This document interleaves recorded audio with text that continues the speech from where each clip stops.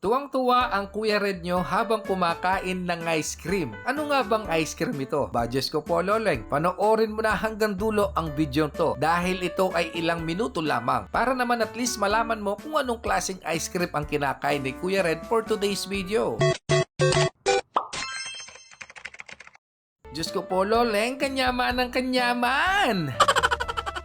Ang sinasabi kong ice cream ay ang Punos Ice Cream at ito ay may bagong flavor na mantekado ice cream. Ang mantekado flavor ay may ingredients na kalamansi, lemon at itlog. Sa aking pagsisiyasat mga ate at kuya ay kailangan kong sabihin ang katotohanan kung ano nga ba ang tunay na lasa ng bagong flavor ng Punos Ice Cream na mantekado ice cream. The new mantekado flavors is available all Punos Ice Cream branches and it is available in 1.9 liters, 1 liter and 475 ml. At kung handa ka na ay wag na natin patagalin pa ito. Magsandok na tayo ng ice cream sa baso nang sa ganon ay malaman natin kung ano nga ba ang tunay na lasa ng bago nilang flavor na mantekado ice cream. Kaya naman kung nagkikrave ka ng ice cream mga ate at kuya ay magpunta na po kayo sa pinakamalapit na Punos Ice Cream sa inyong lugar. Sa unang kagat ng aking pagtitaste test mga ate at kuya ay talagang malalasahan mo ang angking sarap nito at napakapino po ng kanilang ice cream. Pinakamalapit na outlet dito sa aming lugar ay ang San Francisco Magalang branch at ito ay re-rate ko ng 10 out of 10. Maraming salamat!